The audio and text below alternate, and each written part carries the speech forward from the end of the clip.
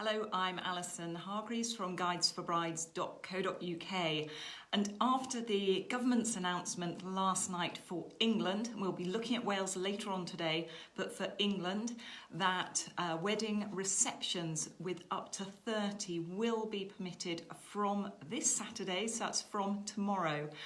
We've been looking at the guidance in detail to see exactly what this means to your wedding.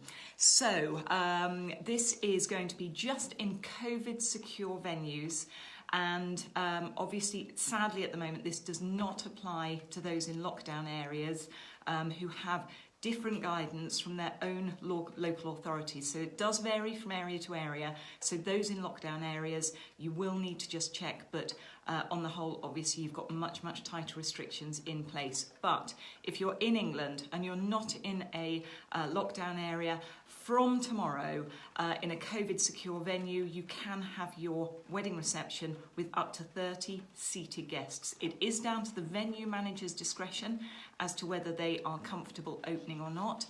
And that 30 includes the venue staff, includes everyone other than the venue staff and the third-party catering staff.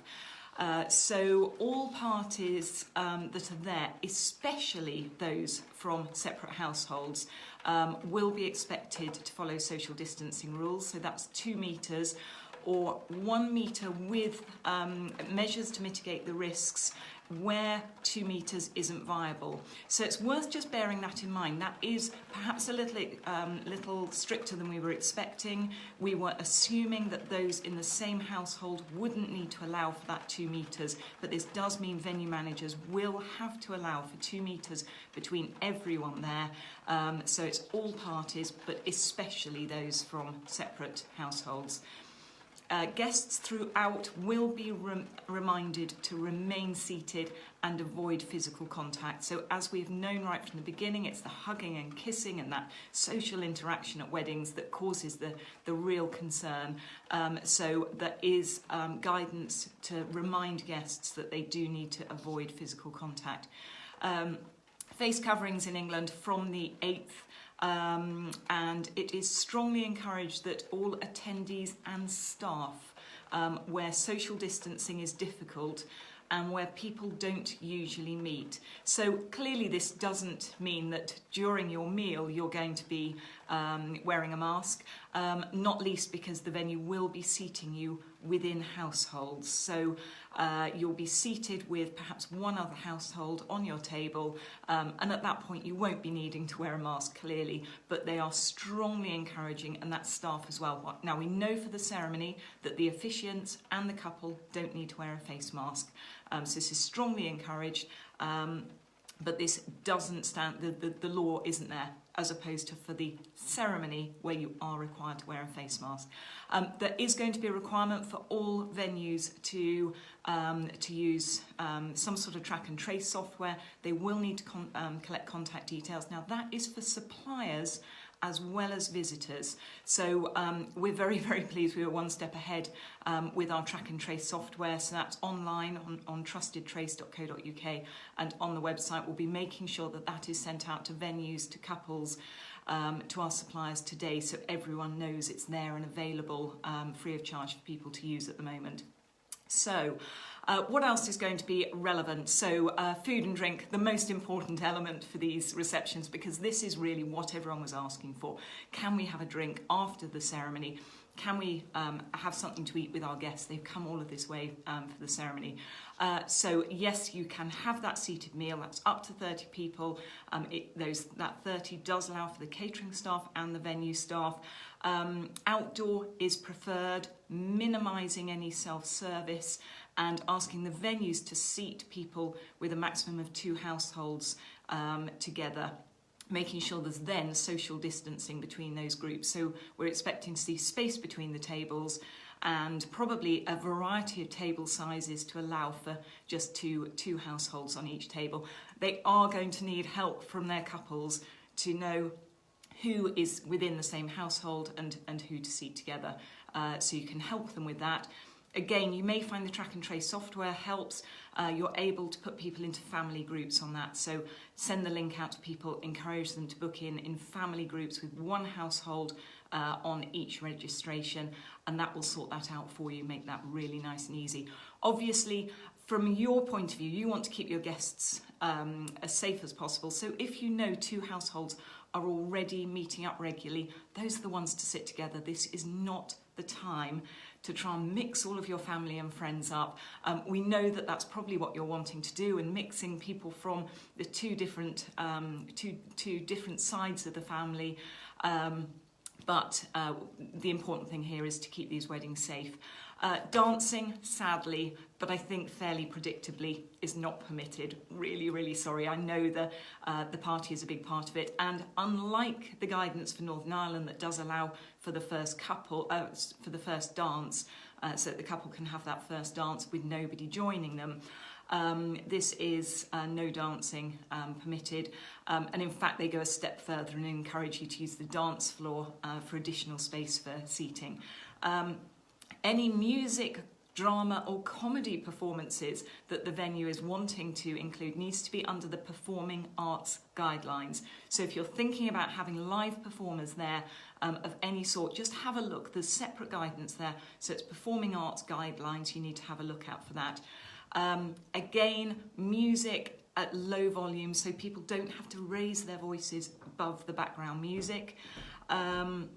And if you are having any sort of performance, outdoor is preferred, or make sure there's a high rate of airflow. So if you have, for example, a solo singer, high rate of airflow, and social distancing still needs to be applied. So sadly, it means at the moment, sort of singing waiters who move around between guests won't be able to perform at the moment. Any musical performance needs to be amplified if possible. So again, no projection of voices, and you should be discouraging guests from joining in with vocal responses or joining in with a song. Ideally, a solo performer or a small number of performers, and those performers need to be performing with social distancing in place. So clearly you're not going to have a stage packed with performers, and bear in mind that the number of performers will impact on your total numbers. So if you have several performers there, that's several guests that won't be able to come. So just think about that. The other activities that are associated with weddings, people are really keen to know whether they can cut the cake, whether they can have their speech. That is going to be allowed. So cake cutting with social distancing in place. Keep people in households. So in other words, you can't have everyone coming up together, having kept them all apart. You can't then have them all coming up together to gather around the cake. So ideally, keeping them seated, they'll be able to watch the cake cutting, and if you are wanting them to come up for photos, ideally, I guess, within households. The same with speeches outside if possible. Again, amplify them and keep people in their households. Don't gather everyone together for the speeches. So it's probably going to be something that you'll be doing while your guests are still seated for the meal. And that's going to be a really, really good way to keep them safe and make sure weddings happen safely and can build in size. The traditions such as throwing the bouquet and throwing confetti, they are not wanting at the moment.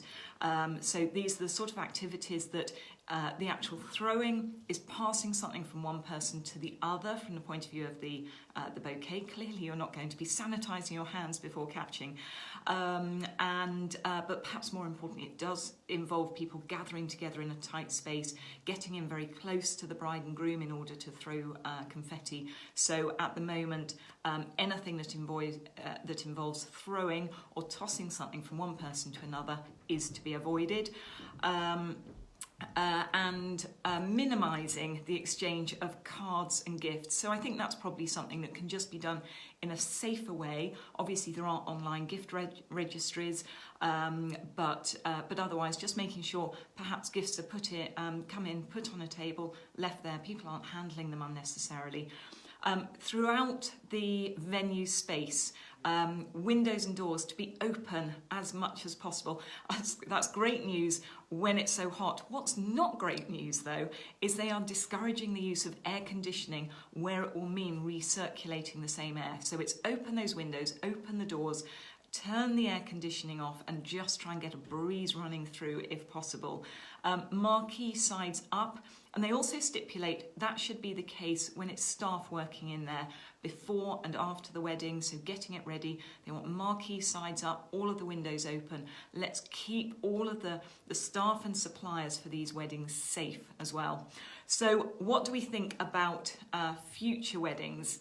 What's going to be happening later on in the year, because I know we have a huge number of weddings lined up for October, and a lot of them have already postponed at least once, if not twice.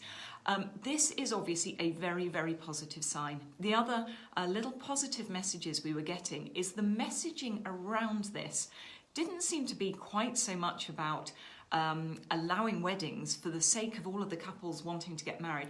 The messaging seemed to be about opening up the wedding economy, so allowing all of these businesses back to work. And the government are very, very aware that for the economy to function well, we need to be opening in full social distancing regulations, but in the same sort of regulations as apply to restaurants and pubs. So allowing social distancing, keeping people in households, but opening depending on the capacity of the venue. So at the moment it is strictly, it's 30 people, including all of the suppliers other than venue staff and catering staff.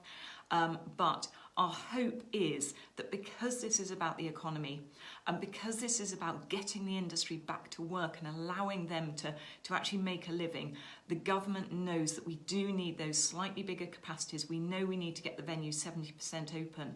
So just like with theatres that are in the same sort of pressures, that it's great to have opened in a small step like this to show that it can happen safely. But the aim has to be aiming for those bigger receptions with the size dictated by the size of the venue rather than this government figure of 30 that we've been tied to. So we're really, really hopeful on that. We also know that however frustrating it was to have that last minute change on the 31st of July and weddings from the 1st of August not being allowed and it being put back to the 15th, this cautious approach does seem to be paying off. Other than local lockdowns, once we are open, I suspect they will try and keep that going. They know how damaging to the industry, how financially painful it is to couples to have those very last minute cancellations. So we really believe the government is going to be avoiding that if at all possible. So fingers crossed things will just continue to open up. So hopefully that's going to be what we see happening over the rest of the year, with things improving. I think the general feeling is from so many people that until we have that vaccine or until we have some really effective treatment, it's unlikely that we're going to be seeing much from the point of view of dance floors and people socialising in a very tight space. But you never know, so fingers crossed. We will be updating on Wales. Not much happening from the point of view of Scotland and Northern Ireland, but there is a change for Wales, allowing indoor weddings. So we're going to be updating on that later on today. But in the meantime, what we will do now, as ever, is we will just run through the questions and just see if there's anything in particular.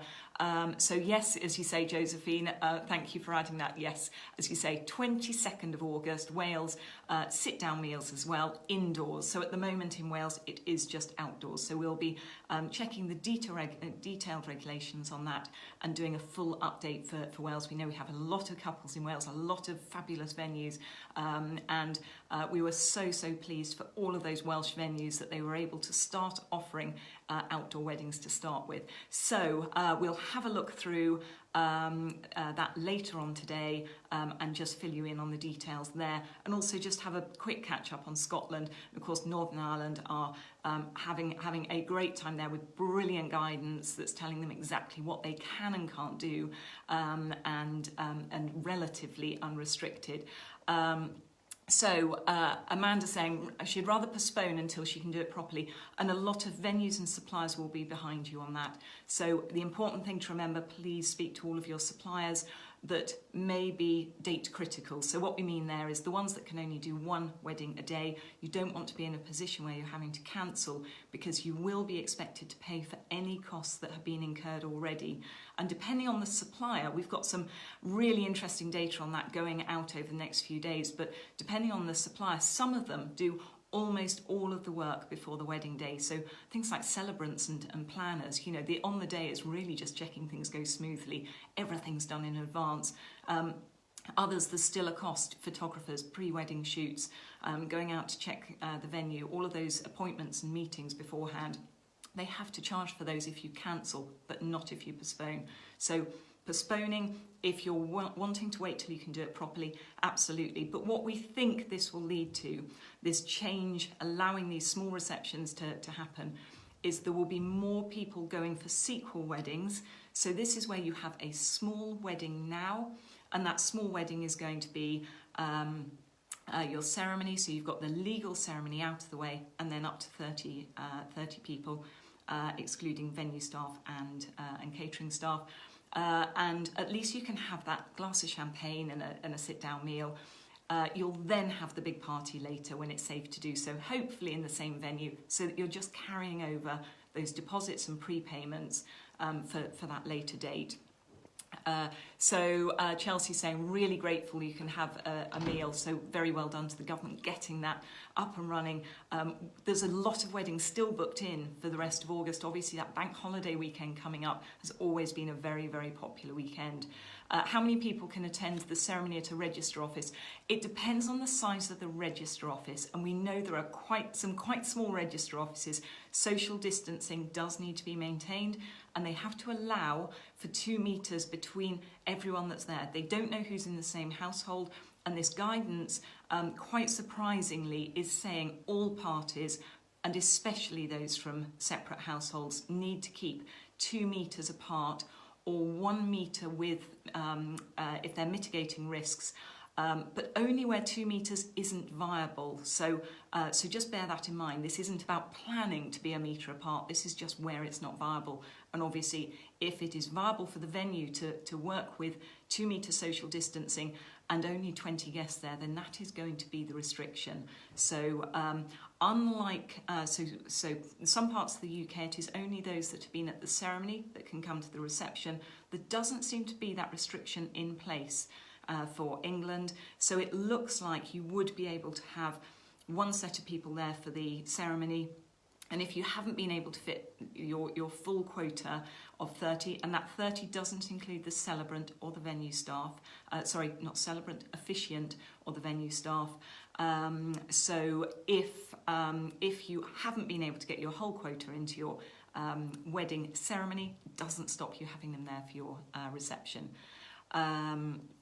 So Kim, yeah, worrying for everyone, and I think especially those with weddings this weekend.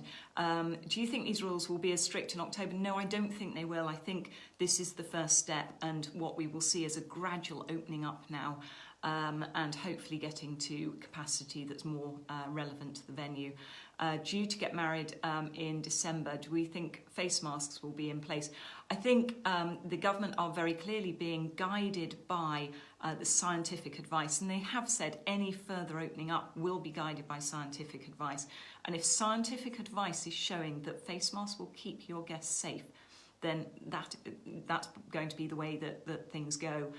So remember, this is just during the actual ceremony, and at that point, you know, you won't particularly notice guests are wearing face masks. They're becoming so commonplace now. And remember, as the couple, you don't need to wear a face mask, and your officiant doesn't need to wear a face mask.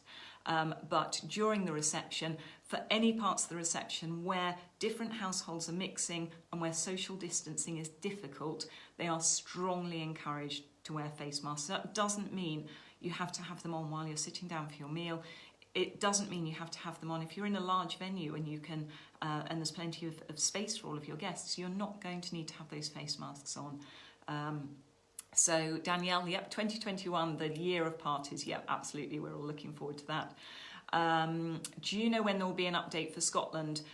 Wedding is 24th of October with 39 guests. Well, it will definitely be an update before 24th of October, but quite how soon. We are expecting it, I believe, on the 20th. That isn't gospel, but I believe the 20th will be the update for Scotland, just looking at their normal pattern of updates.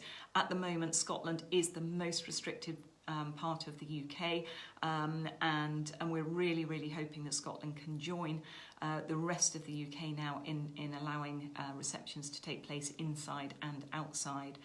We were expecting Scotland to be very early on because they can have outdoor weddings. We were thinking this is going to be just like Northern Ireland, opening up very, very quickly. So it has been a little bit of a surprise. Are the registrars included or excluded in the number for the ceremony? They are excluded. So you've got your 30 people plus your registrars plus your venue staff, and then for your reception, you're basically swapping the registrars for your catering staff. So the people that are crucial to it, but obviously you do need to count your photographer, your videographer, if you've got a DJ, if you've got a wedding planner, if you've got anyone else that's there, music, entertainment, all need to be included. You don't need to include those suppliers that are going to be setting up before you arrive. So for example, if you're setting up a photo wall or something along those lines, florists can come in before you arrive. They don't need to be included. However, they do need contact tracing, so they do need to be included in your track and trace. Our track and trace app, so if you go to trustedtrace.co.uk or on the Guides to Rise website, there's a big pink box on the homepage that will take you to all of the details of the app. And you'll see on there suppliers are treated slightly differently because their data can be treated slightly differently. Obviously, really important with guest data that nobody is marketing to your guests. You don't want them receiving emails from whoever it is that's been collecting the data or whoever they've sold it to. So we're really, really strict on that data control. It's there from the point of view of suppliers and guests separately, but there is a requirement for any suppliers that are coming into the venue, whether or not it's while your guests are there. All of those suppliers need to be registered on there. So windows and doors open for a December wedding. Yeah, well, I guess the requirement not to use air conditioning, avoiding air conditioning, is probably not going to be an issue for December. But as you say, windows and doors open. It's going to be heating on, and difficult for venues. Hopefully by then that may have been changed. But at the moment, it certainly seems ventilation is a big part of it. Before December, clearly the schools are going to be testing this one out because so far the schools have been running to the same sort of regulations. Their advice has been have all of your windows and all of your doors open in classrooms as schools were coming back last term. The same will happen in September, and we'll know whether there's an increase in infection rates once those windows start closing in schools. So there will be some clear data for that. Yes, so just some questions on who is including yet. So hopefully December and January, yep, fingers crossed, you're not going to freeze. So staff that serve the food can be included in the venue. Yes, the government fortunately accepted the feedback from the industry that it couldn't just be venue staff because an awful lot of venues rely on third-party caterers. So all of those dry hire venues were saying, well, hang on a minute, how does this work for us? As a venue, you don't want to be employing the catering staff just for the day. So that is why catering staff are allowed. And with the rules around food and drink, they're not wanting people to be getting up from their tables. They don't really want you to be getting up and going to the bar. Just as we're getting used to anyone that's going out and eating or going into pubs at the moment, seated service, and the same will apply for weddings. And as we said earlier, you will be expected to be reminding your guests throughout to remain seated and avoid physical contact with anyone from any other household. So you're going to need those catering staff there and able to serve you. You're not wanting to go short on catering staff and just leave it all out there on a buffet. That's not going to be happening.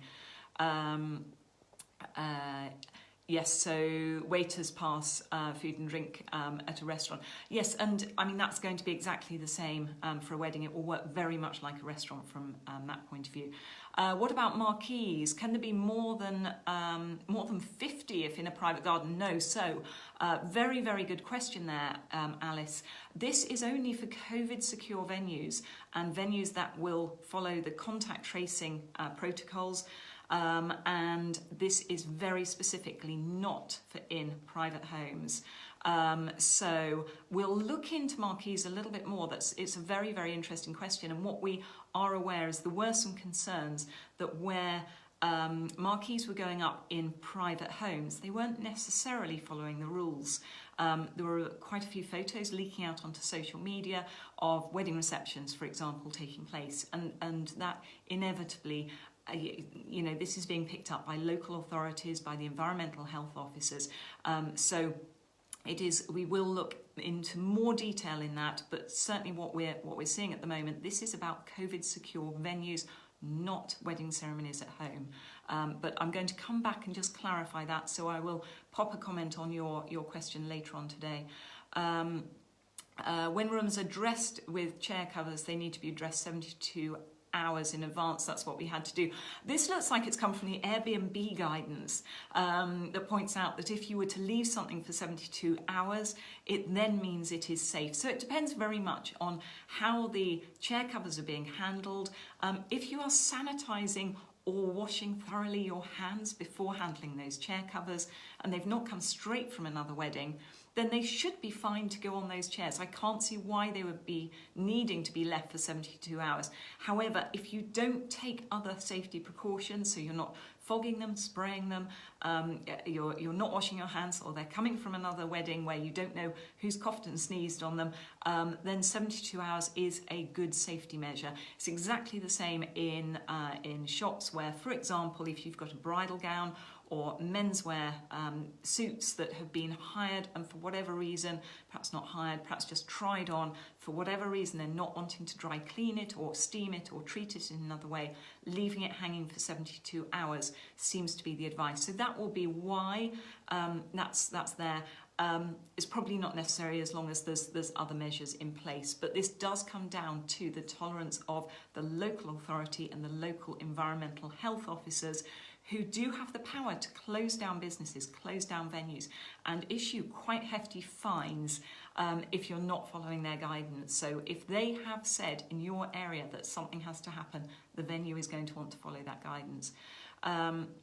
So yeah, as you say, so Jenny, yes, the guidance specifically says COVID-secure venues only, not private residences or gardens, and that's very much as we understand. We also noticed in the areas that locked down, the issue seemed to be around what was happening in private gardens. It's much harder for local authorities to regulate this. There's not that threat hanging over your head that if you get it wrong, if you do it wrong, you could be closed down. Your garden's not going to be closed down by the local authority. So I think this is part of the reason they're saying COVID-secure venues. They know that venues are going to be utterly responsible because they've got a wedding the following week and the week after that and the week after that, and they want to be open for all their couples. They're not going to blow it just on one weekend, whereas it would be tempting, and I think everyone would be tempted by that thought of just going, who's going to know? It will know because it's a wedding and photos get out. So I think that's why perhaps weddings in gardens are not going to be encouraged at the moment. Yes, so Jodie commenting on the numbers in pubs and restaurants, but as we know, in other parts of the UK, they've actually increased the restrictions now in pubs and restaurants. They were opening up, and they're now starting to say, actually, perhaps no drinking only pubs. Perhaps it is just if people are sitting and eating and not mixing with other households. It's the mixing with other households that's the critical one here. So, and yes, you say in gardens, only 6 people. So usual social distancing rules apply.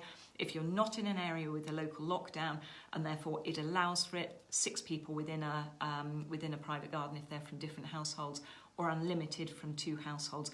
Bride and groom, or bride and bride, or groom and groom, are treated as one household from the point of view of the wedding. So throughout the whole day, they're not treated as 2 households as they arrive, it's throughout the whole.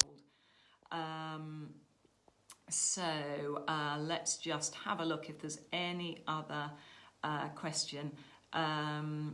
And December the 31st, don't know whether to postpone until next year. We know the government are going to be wanting Christmas parties, if that's at all possible. I think I would probably wait for December. Just a chance that things may have improved, and with the Christmas parties in mind. So what we need to look at is other parts of the economy and what the government are going to be wanting to do, and what will happen if that opens and something else doesn't open. So there will be huge pressure from the point of view of getting those Christmas parties going, if at all possible, which may then reflect on weddings. We're not really expecting dance floors and dancing until there's perhaps a vaccine. Perhaps that's what it is that we're going to need to wait for before we have that really close social contact.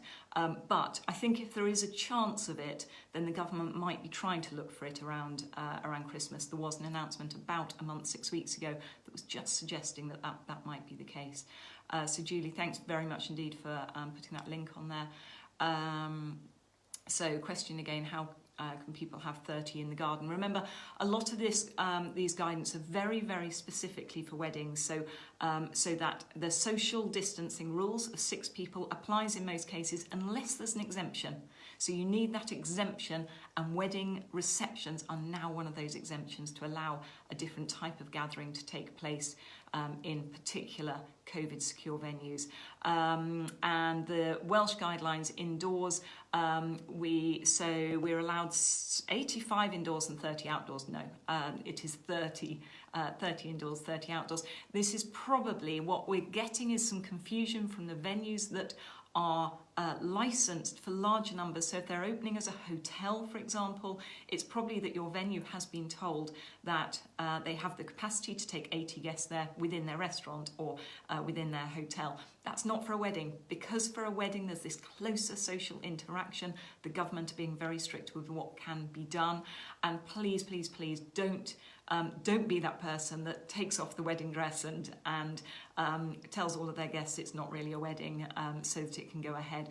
It's that sort of activity that will stop the government opening the industry in the way we need it to open. We've got to prove with these smaller weddings that we will follow the rules, that we'll follow the guidance, that we'll keep people safe, that we'll do everything within the guidance, so that they will open us up a little bit more step at a time to allow these larger weddings to take place. I know that's hard for those getting married in August, but there is a responsibility to us all to try and do the right thing here. Is there a time limit for the day? No, so the guidance is still there that the ceremony wants to be in as short a time as possible. There is certainly some very clear indications that if you spend more than 15 minutes in close proximity with somebody, that the risks are a lot higher. But we know from speaking to couples that ceremonies aren't being shrunk down to less than 15 minutes. Obviously they are a lot shorter because there's no singing involved, but they're not being shrunk right down. So yes, I guess can you spend all day together after the ceremony? This is about having a seated meal, so I would say that would be pushing things. Certainly the length of time it takes to have that seated meal and cut the cake and have the speeches, but realistically that's going to be 2, 3, depending on the number of courses, maybe as many as 3.5, 4 hours, but generally a meal's going to take a couple of hours. Anything else that happens, just be really, really aware of the rules. Where something hasn't been specified, just err on the side of caution. Let's not get venues in trouble, let's not get suppliers in trouble. Group photos clearly aren't going to be able to happen, but photos within households, why on earth not? Just be careful about getting the bride and groom mixing from household to household to household. So if you're having that photo with this family group, the bride and groom must be 2 meters away from that family group. So photographers will be finding really creative ways of making that happen. And remember, you can include all of those other guests. So make sure you've got a really good photographer there who can really capture the day. However unusual your day is, you'll still want it all captured there. It's a historic year to be getting married, and it's an extraordinary year to be getting married. So make sure that there is a photographer there that captures every strange moment of that day for the future. You will want to look back on it and remember it. And these are going to be great photos to have up on the screen when you've got your reception perhaps next year, if you're having a bigger party, a bigger reception next year, or some point in the future. Also bear in mind live streaming, so remote participation. We've got live streaming there. It's being used every weekend at the moment. So just get in touch with us or put a comment below, and we can send you a link so that you can have a look at how that works. And that allows you literally to use mobile phones. You can have numerous people all linked into the same, all giving different views of the wedding at the same time for anyone to watch via your Facebook, via live stream. So it's using Zoom technology, but through your Facebook or your YouTube. So bear that in mind. It's great fun. The couples using it are really, really enjoying it. So 30 people. What's the difference between a wedding reception and a normal meal? Another mixed message. No, I think the government has been really clear on this. What they're worried about with weddings is that risk of social interaction. So we need to prove to them that when they say it's a seated meal and people need to stay in households and there shouldn't be physical contact between people from different households, we've got to stick to that, and we can then demonstrate that there's no higher risk than there is from people going into a restaurant. So if restaurants and pubs are going to be allowed to open, weddings should as well, and hopefully in the near future under the same guidelines. Outdoor drinks reception, does that need to be seated? I think that's going to come down to your local authority. It seems to me that it would be lower risk from the point of view of that you're outdoors. However, it's going to be much, much harder keeping people within their households. I would say it's probably pushing the rules. I think most local authorities won't allow it. It doesn't say specifically that all drinks need to be served seated. I've certainly not found that. Somebody may be able to correct me on that. But it doesn't seem to say that. It's saying minimal self-service. So they're ideally not wanting you to go up to the bar, but they're not preventing it. But I would say drinks reception, when they're saying this should be guests should remain seated. I'd say sorry. Yeah, I think it's unlikely that anyone would be allowing that. With the two-part weddings, this very good question here from Laura. What are people doing in terms of makeup and photographers? Are they booking them again? And can I just say, I'm really, really pleased that along with weddings opening, makeup artists, absolutely fantastic. So you can have your makeup artist now from tomorrow as well. So again, they've been given, just like us, very, very little notice to get going again. But they can now do facial treatments, and they'll be able to do your bridal makeup on your wedding day. So that's great news. So what are people doing from the point of view of rebooking? And I'm guessing one of the questions here is around cost. So speak to your supplier on this. What we would really, really strongly encourage people to do is use the same supplier for both. What you don't want to do is, having booked them for that big wedding, particularly for the photographer, then shrinking that package down to just a few hours and a very small token album, when it was going to be the full leather-bound album and the full day with 2 photographers and so on. So speak to them and find the way that's going to work best to do it, because the chances are, if you're having the ceremony and a small reception now, that you perhaps will do all of the sort of the preparation photographs for this wedding, and perhaps not for the later one, or it might be the other way around. There's probably not going to be that full day for either element.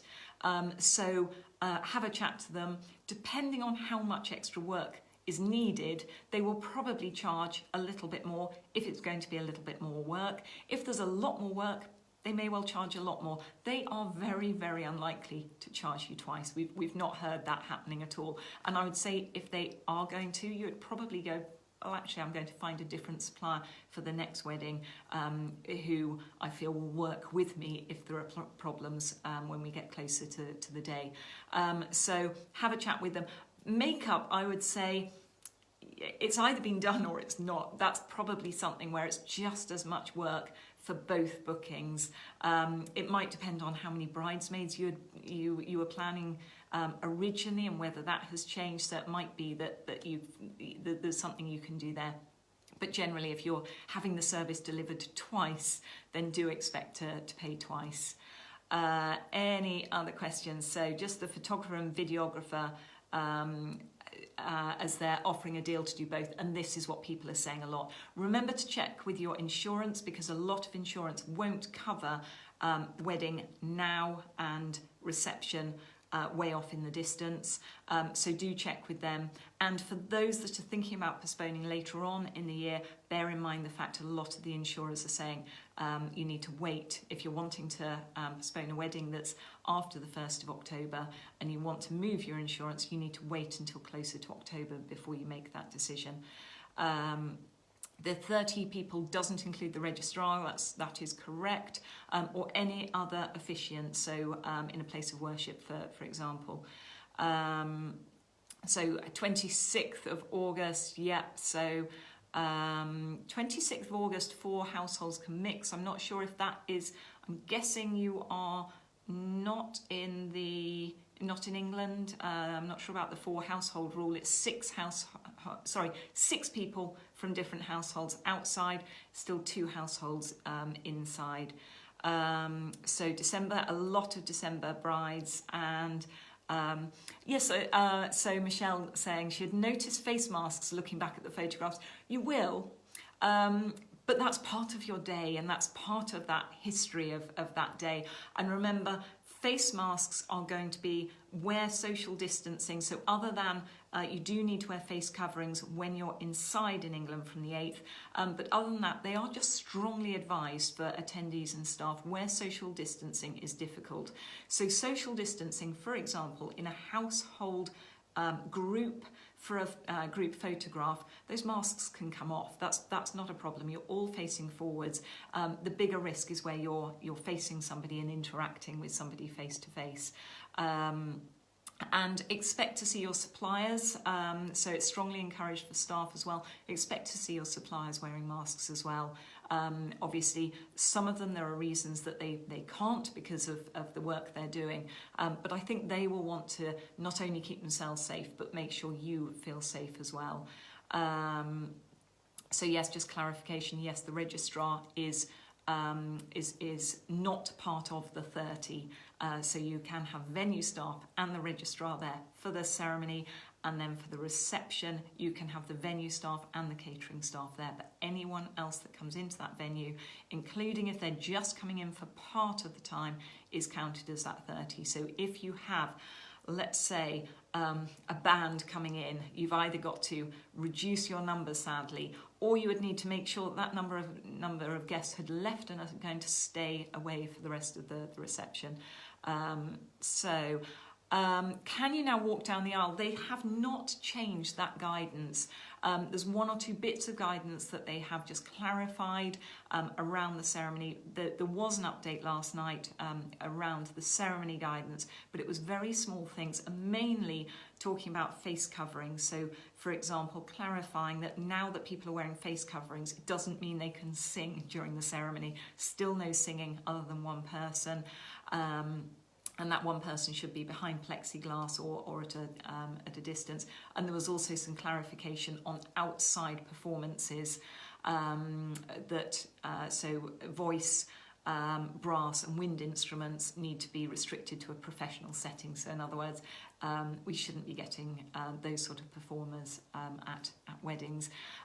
So there's no update on that guidance.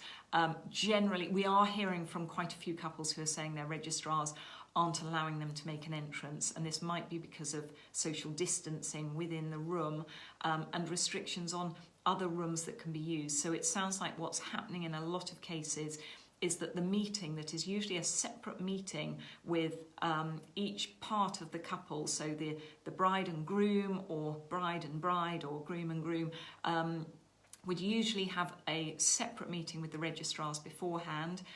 Now this is being held with both parts of the couple together in the ceremony room, and the guests are then joining them in the ceremony room, so you're not getting that grand entrance. So for those couples, it's not even a matter of can they walk down the aisle on the arm of the person that they're choosing to walk down the aisle on. It's the fact there's not even the aisle in use. So it varies from district to district and from venue to venue. It's very much down to the restrictions within the venue. But if there's not a COVID secure place that they can carry out those pre-wedding interviews, or if the aisle isn't wide enough to allow you to walk down it while maintaining that social distancing, that's where we start to run into those problems. So let's have a look if there's any other. Yes, so hair and makeup is now allowed. So brought forward the decision to bring forward the ceremony before the masks came in. And remember, this is just in England. Couples in other parts of the UK, it's a little bit different on. Can performing and singing happen indoors? Where it does happen indoors, it needs to be with social distancing in place between any performance, between the performers and the guests. So this means, sadly, singing waiters wandering between guests, that can't happen at the moment. And use amplifiers rather than voice projection. Ideally outdoors, but if it is indoors, there needs to be high rates of airflow. So windows open, doors open, and you need to discourage your guests from joining in or any vocal responses. So let's see if there are other questions here. I think generally people all feeling that it's really, really good news.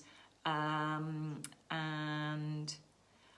so Di Cooper, so weddings are allowed to take place from now. My register office is still closed for weddings and booking for giving notice of marriage. So some register offices are. Obviously from the 1st of August there was an expectation that workplaces would be made safe for people to go back to work, but some register offices are in old buildings that we just can't get that COVID secure setting for. It's just not going to be possible, and obviously you need to give notice of marriage in the district you're getting married in. There is a backlog, so it's not a matter of just being able to switch to a different area. It's slightly more complex than that. It's worth finding out if your registry office is closed still, but other venues are open near you. Could you move there? Give notice again. You would have to pay the £30 per person fee again to give notice again. But yeah, it is very frustrating in those places where registry offices are still closed. They do seem few and far between, and please do put a note of where these registry offices are. I would love to see where they are. Let's raise some awareness and get them open, find out what it is. We found out when registry offices were first being allowed to open and weddings were first taking place, that the reason some of them were closed is that they couldn't get their hands on PPE. Now that is so easy to solve. So pop a note in here. Let's find out why they're closed and see if there's anything we can do.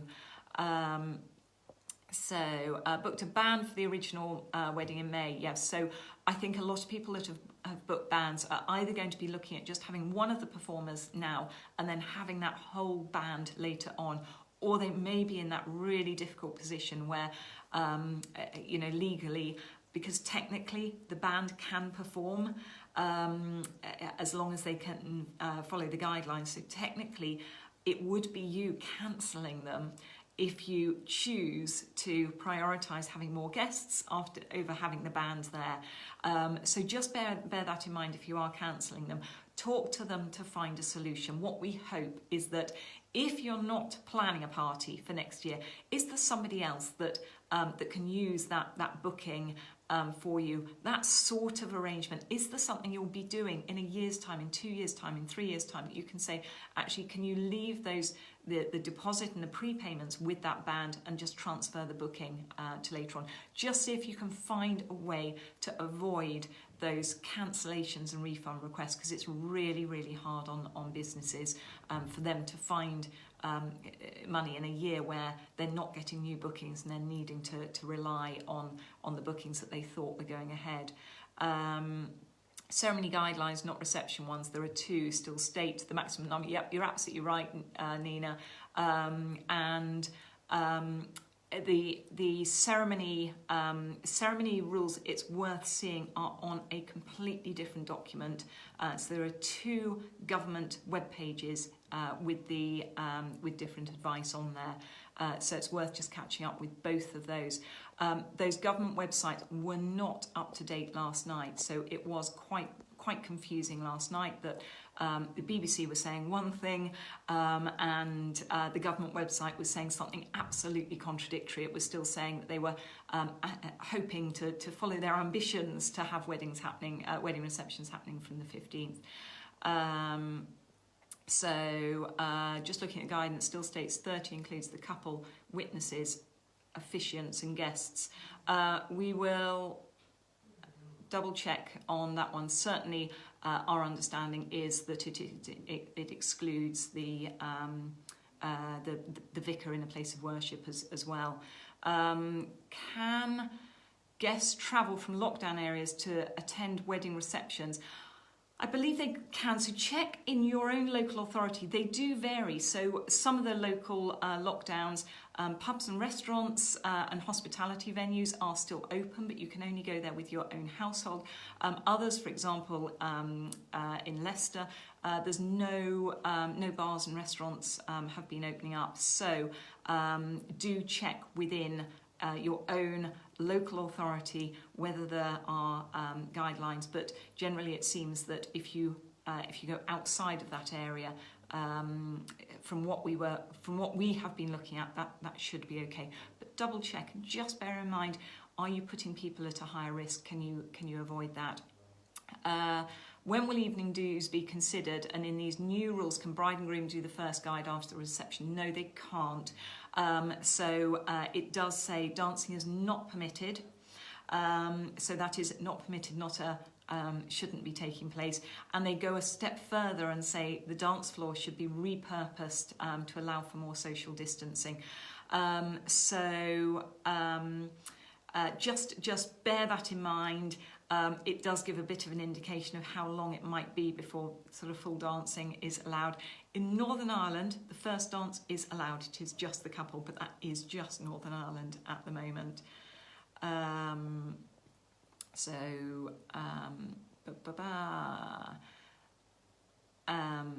Be great if we can have 2 extra guests. I like that. Minister marrying us is not from the church. We're getting married in. So I'd say the normal rules apply from the point of view of the minister. It doesn't matter if he's not from that same church. Yes, and as you say, the registrars won't be there for the ceremony. So I'm going to double check, because there's quite a few questions on registrars. I am just going to double check on that. But witnesses definitely do need to count within the 30, as do the couple. I will just double check on the question on the registrars, as that is coming up a fair amount. Can bridesmaids still walk down the aisle? Social distancing in place, and if the local laws and registrars allow for that, then absolutely. So let's just see if there are any other. Ian is saying, think you need to DM guys for brides. I'm not sure what that question is, but what we're asking people to do is, if it is a question that others might be interested in the answer, please pop it on the general chat here. We much prefer to answer it where others can see the question and answer, much more helpful. So we've paid for a package, 70 guests all day with a photographer, DJ, evening food as well as the sit down. You're going to need to speak to your venue and your suppliers on that to just check the best way forward. Obviously that can't be going ahead at the moment. All staying in the same hotel, so we'll be drinking and celebrating all day. Tracy, just be really careful with that one. Obviously, if you're in a hotel, there's going to be other people there taking photographs. We really don't want people to feel that the rules are being abused. So eating and drinking all day doesn't sound like a seated meal. This is very specifically about a seated meal. I don't want to be the party pooper, but equally we need to act responsibly. We need to ask all couples and venues to really act responsibly so that we can keep the industry open. Yes, concerns from Mike about if there's a virus outbreak that happens at your event. What we're hoping is that these rules are going to avoid this, and obviously track and trace is going to be there to make sure that that as a venue host we can contact people very quickly. There is no requirement for the venue to contact people that have attended, but our survey so far, and we'll repost that survey today because it would be great to get some more feedback on that. So far it is indicating very high number of people want to know as soon as possible if they may have been exposed. So this is something we're hoping our trusted trace contact tracing, track and trace software will be able to help with, because it gives a very quick, easy way for the venue to let guests know if somebody has reported symptoms or has been tested positive straight after a wedding. So yes, as you say, Ian, it's hard to see whether the guidance, and we're working with a lot of DJs have really worked incredibly hard to get a system in place where they can help you throughout the day. And I'd really encourage you to talk to your DJ, particularly if your DJ is from the UK DJ Association. They have worked very hard to make sure that they can just transfer their evening offering to work with you during the day. So there is an expectation that you've got a good PA system there. You're going to want a good PA system there. You're not going to want an old microphone that's used occasionally for a single announcement in a venue. Get your DJ there throughout the day. Most have indicated that they will just transfer their package from the evening, a short session in the evening, to a longer session during the day. They can be there for your ceremony and reception. They can set everything up really nicely. A lot of them can bring in interactive tools. They've got selfie wizards. So there's a lot that they can be doing to really involve your guests. So do speak to them, just find out whether there is something that they can do, and most importantly, bring that really good PA system and AV system, so you've got great lighting and make the reception what you can within the restrictions. Legal ceremonies, so it is lovely to hear about these ceremonies that are going on at the moment. Legal ceremony, 15 of us, magical, and absolutely we are hearing just such lovely reports from these ceremonies that are going ahead, and we think the same will happen with these little receptions. It gives you a chance to spend with family and friends. People are going to want to stay as safe as they can at weddings, so let's do it within the rules. So if government follow through on the idea of closing pubs and restaurants to ensure, yes, is that going to affect weddings? The government knows how damaging it is to the wedding economy and to couples confidence to put weddings there and then take them away. Now, obviously, that will be impacted in areas of local lockdown, and there are various online resources where you can look to see areas that are at risk of local lockdown. So have a look on there if you've got a wedding coming up. There are several pages. All of them have slightly different interpretations, and the reason for that is some look at the number of people per 1,000 that are coming back with positive tests, and others take into consideration other elements such as whether it's in one specific area. So for example, looking at Swindon seemed to be very, very high on the list. It was 6th on the list in some areas, and places way further down the list were already in lockdown. But in Swindon, it was in 2 very distinct commercial settings, so within the Honda factory, within an Iceland depot, that they'd had a local outbreak that had affected the other areas, and the feeling was that hadn't got out into the wider community. So you will need to look on several websites. If you see your local area on a website as at risk, just look into that data in a little bit more detail to understand. But hopefully they won't be closing weddings down. I think the fact that they've closed down, yet another border, everyone rushing back from France, shows that the aim at the moment perhaps is to be supporting the UK economy by keeping people here and keeping people safe, rather than propping up the rest of Europe by encouraging people to go on holiday, spend money there, and increase the risk here. So hopefully the steps they're taking with quarantine, however painful that is, will help us keep our own pubs and restaurants open even when schools go back. So can you have readings in the ceremony now that you can have speeches? So it depends on your registrar. There is still the requirement to keep the ceremony as short as possible, but some are allowing a slightly looser interpretation, and they're still having, if they're in church, they're having the sermon, they are allowing readings to take place. But it does depend on the setup of the room. Obviously, when if you're doing a reading, you need to try to make sure there's amplification there, rather than using voice projection. And it's that sort of thing that may make a difference. So again, if you've got a DJ involved who can say, right, we can set you up with speakers, there will be no voice amplification in that situation. Could we please have a reading? Perhaps you've got under the number of guests, so you can leave an empty front row. Those sort of things. Speak to your registrar, see what they say. But they are varying from area to area, and that's quite right. They need to know that what they are doing is safe. They wouldn't forgive themselves if there was an outbreak at a wedding and they had given the permission that then caused the problem.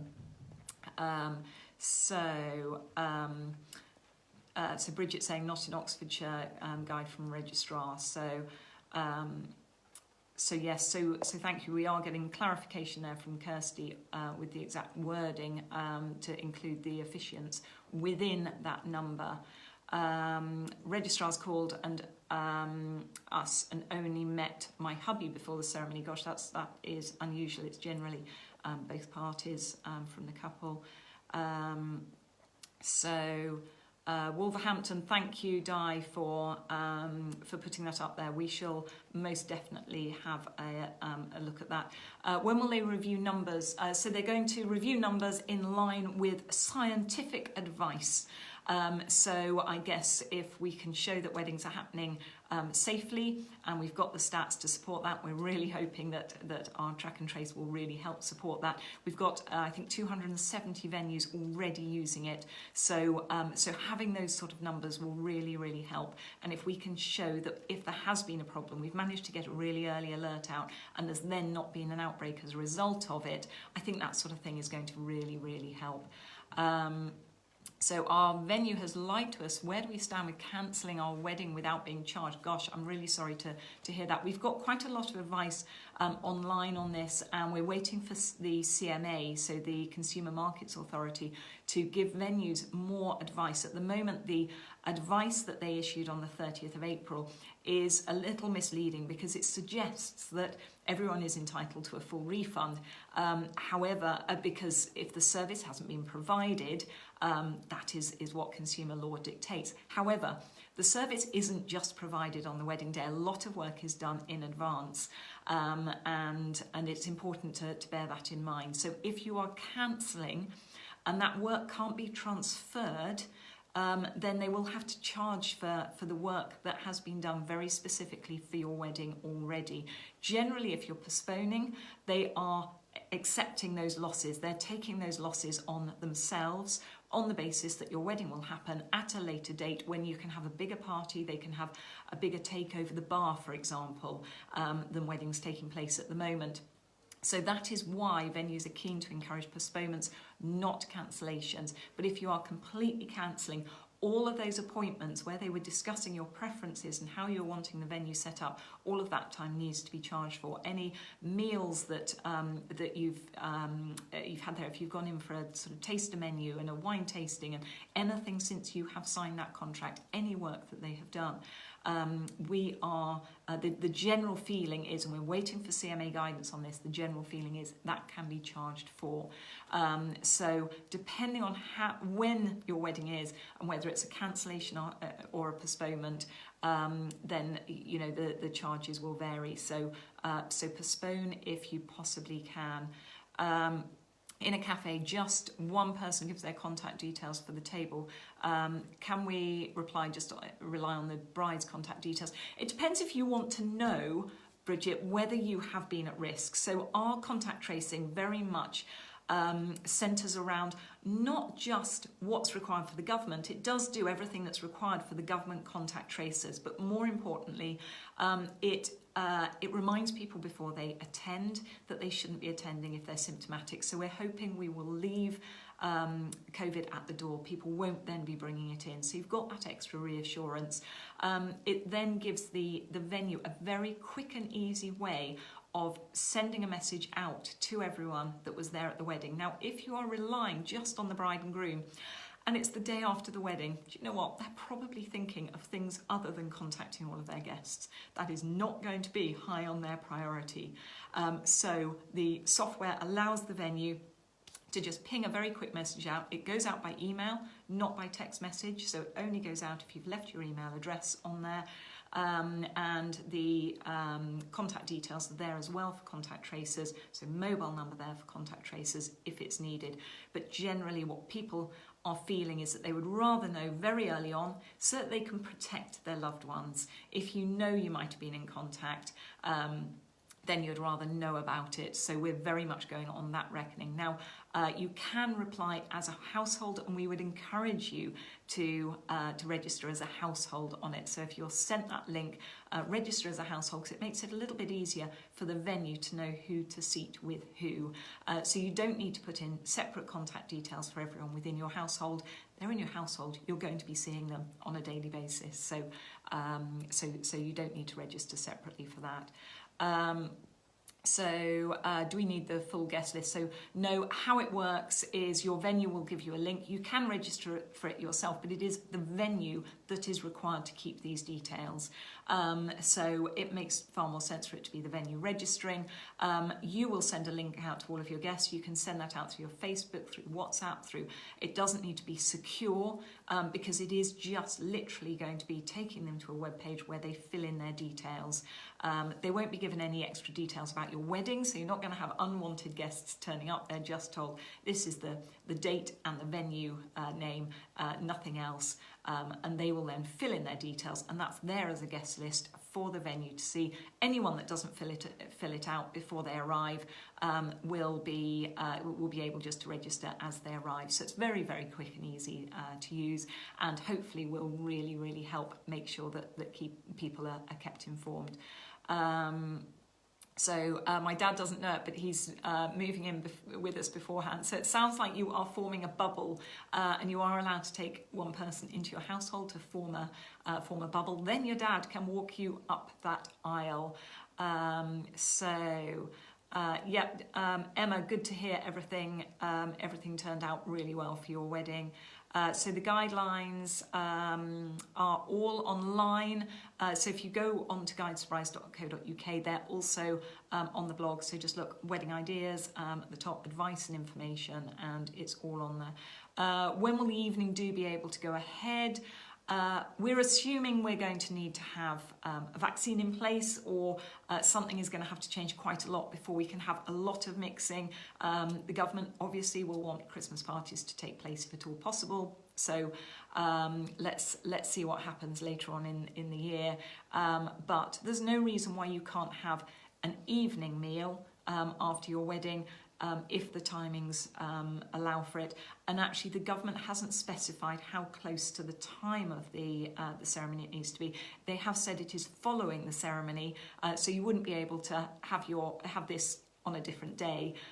But you know, if you're staying in a hotel, for example, and you're wanting a couple of hours break for people to get changed and then come back down for dinner, I would imagine that may well be permitted. So let's just see if there are any other. Do we have to pay again for wedding notice after postponing? Only if your notice has expired or you're changing venue. And if it has, you will need to do that, and you need to allow at least 29 days. Venue and all suppliers, this Danielle, have been able to pencil in backup date except for photographers. So make sure before you change to a different date. So this might be the answer. Is you said they penciled in a backup date. The backup date doesn't work for the photographer. They've obviously already got a booking for that date. They will have already done a certain amount of work. So they will either need to charge you for that work, or you may find that they will give you a voucher or come to some agreement to come and do a post-wedding shoot or a pre-wedding shoot or something else on a different day. So talk to them, see if you can find a solution. But ideally, please talk to all of your suppliers before you confirm the postponement. Otherwise, if you are cancelling them, there are likely to be costs involved. Emma saying, depends on your area, some are charging and some are doing it free of charge. We've certainly not come across any registrar offices that aren't charging to reissue notice. It would be lovely to think that that is going to be something that some are looking into, though. Lisa confirming she didn't have to pay for notice again. So I'm hoping a few registrars might listen to this, because that does seem fair.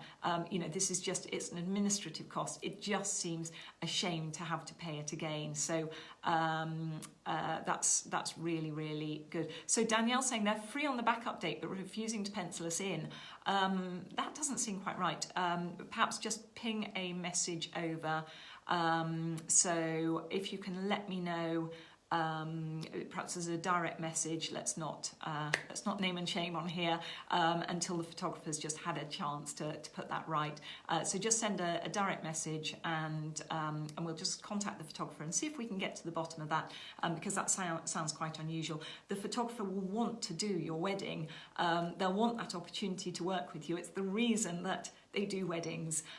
So I'm quite confident we can get that sorted.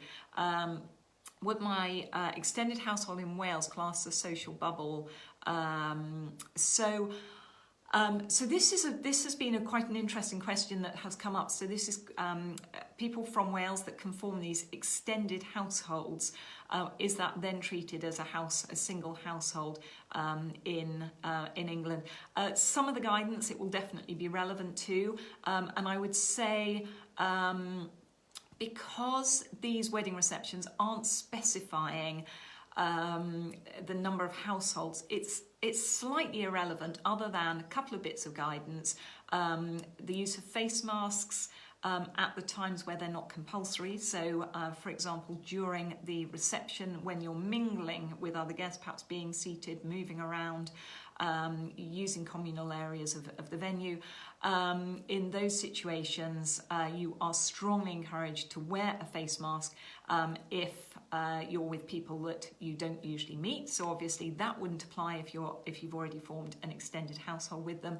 And the guidance is also all parties, especially those from separate households, need to keep that social distancing. So regardless of whether or not you're in the same household in Wales, you're still going to need to keep that social distancing where possible. So I'd say it's actually not going to make a huge difference. And as I said, we're going to be looking at Wales in far more detail later on. So we will catch up later on. As ever, if there's any other questions, just pop them on the chat and we will get back to them today. Hopefully we've answered everything as we've gone along. A couple of questions on numbers for registrars and officiants, so we will just confirm on that. and those questions that are pinging in. Is it the Guides for Brides app? So is this the track and trace? No, you'll be able to find track and trace. It is now on the App Store. So it's on both Google Play and the App Store under the brand name Trusted Trace. So we haven't branded it as Guides for Brides because we wanted to make sure that all of the other websites would be able to recommend it for their venues, and there was no risk of people saying, oh no, you know, this is very specifically just for Guides for Brides clients or brides or venues. So it's out there under the Trusted Trace brand name. You can find it on the, if you go to the Cabinet Office Crown Services Catalogue, so that's the official government website for these sort of resources. It's listed there, and it is recommended by the Meetings and Industry Association as part of the roadmap for opening up the events industry. So this app is being universally used. So either have a look online, look on the Guides for Brides homepage. There's a big pink block there that will send you across to the page that's got everything you need on there. But otherwise, download the app. It's on Google Play, it's on the App Store under Trusted Trace. So look up Trusted Trace, you'll know it's us because it'll say Guides for Brides on there. Absolutely free to download, and at the moment it's absolutely free of charge to use. So next review, final question, next review April, allowing wedding receptions in England. We have no idea. So we think what will happen is they will see how things go. If things go smoothly with these small receptions with 30 people, hopefully that will be reviewed and we can open up a little bit more. But if not, you know, let's see what happens. So fingers crossed. From now on in, things will only improve. And Bridget, well done. Thank you for finding that. I will pop some links on here as well, so everyone can access that app. Show it to your venue. It is out there, as I said. Cabinet Office have listed it. So there should be absolutely no reason why your venue doesn't want to use it, other than the fact the only thing it doesn't do, it doesn't steal marketing data and sell it to third parties. So it is a very, very ethical app, and so inevitably there are some venues, hopefully none of our wedding venues, that are going, actually I'd rather have their telephone number in a way that I can use it to market to them later. We don't do that. None of the data is used for marketing for any purpose whatsoever. It is only used very, very specifically for your wedding and nothing else. And no data is there and visible for your venue to see. All they see is the lead guest name for each group. Everything else is kept securely hidden, and we have it here if contact tracers are needed. We can then encrypt it, send it to them, and your data stays absolutely safe. So we'll pop a link up later on. For now, thank you very much indeed. As I said, we'll be back later on to just update on Wales, but for now, have a great morning.